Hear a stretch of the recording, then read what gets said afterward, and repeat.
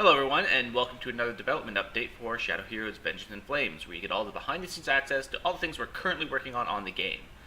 So, yesterday we were working on the equipment system, trying to get those decals up and running, and couldn't quite get it. We kept trying to work at it, found out a lot of the different problems until we kind of hit a brick wall of the objects are in the right spot, they're spawning, we got some things to appear, but the decal just isn't showing up, and we're not entirely sure why. So rather than continuing to work on that forever and ever and ever, we decided to, switch over to something else, and we'll come back to it later. A lot of the time what happens with these situations is you get really zoned in on a problem, and you just can't see what's going to solve it. So if you work on something else, step back, do something else, and come back to it later with fresh eyes, the answer to the problem usually jumps right out at you.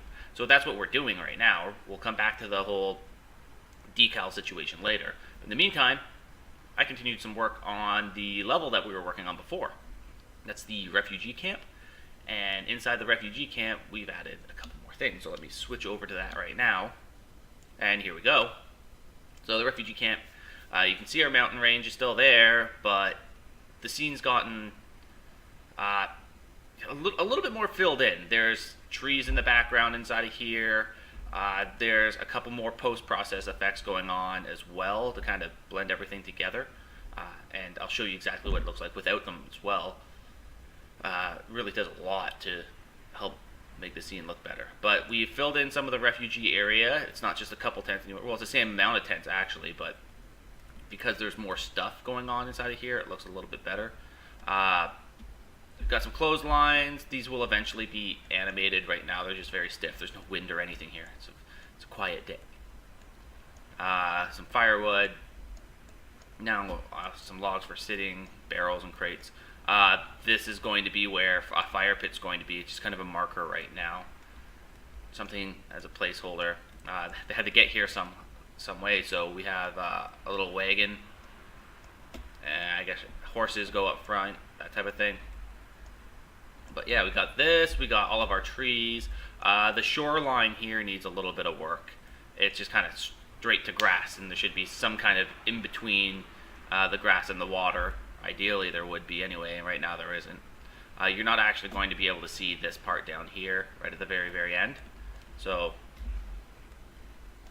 as you can see, the road kind of ends there. The edge of your vision, it would be something along here. So you won't really be able to see beyond this point. So the bottom of the screen right now, that's about all you'd be able to see. So you'd be able to pan over like that. Because the end of the army is going to be about here. So in the refugee camp level, this is where you're defending. So the path would be to come up along the road, cross the bridges, and this is where the attackers are coming from, on this side.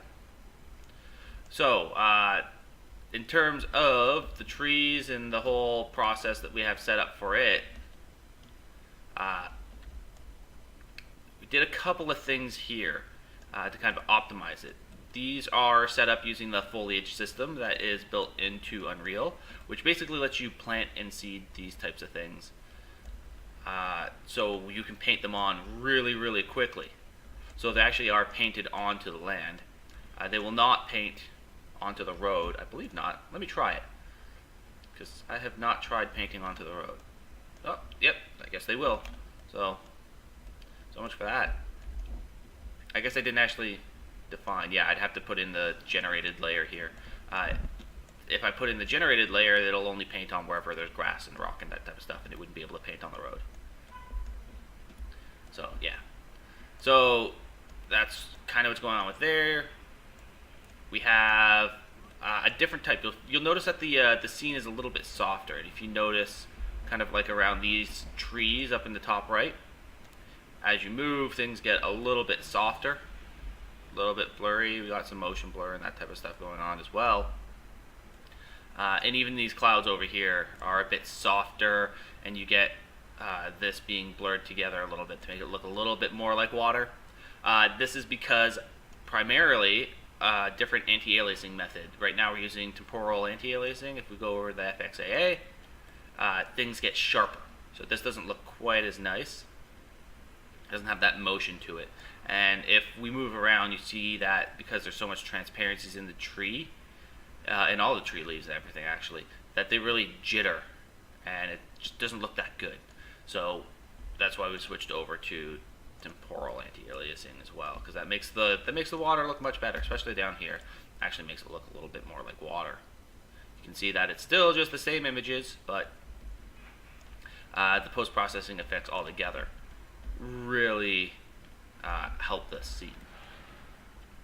So that's kind of where we stand. I also said I would show you what it was like without any post-process effects at all, and you're actually going to be pretty surprised because the rocks aren't even this brownish color. They're gray actually, because we have nice scene volume and lighting going on.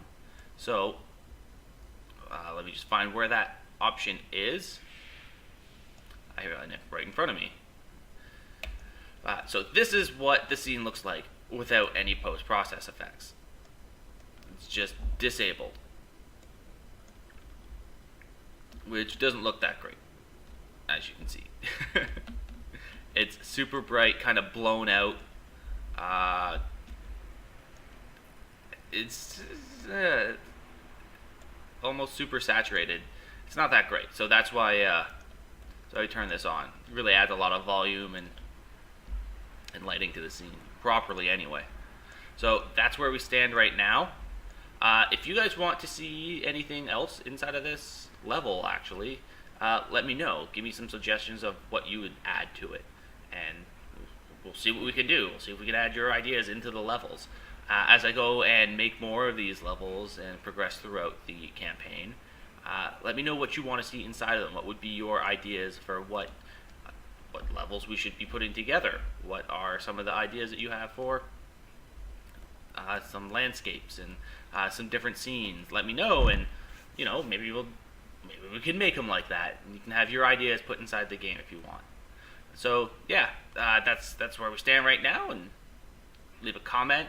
Tell us what you like. Tell us what you don't like. All that fine stuff. So I'll see you guys next time.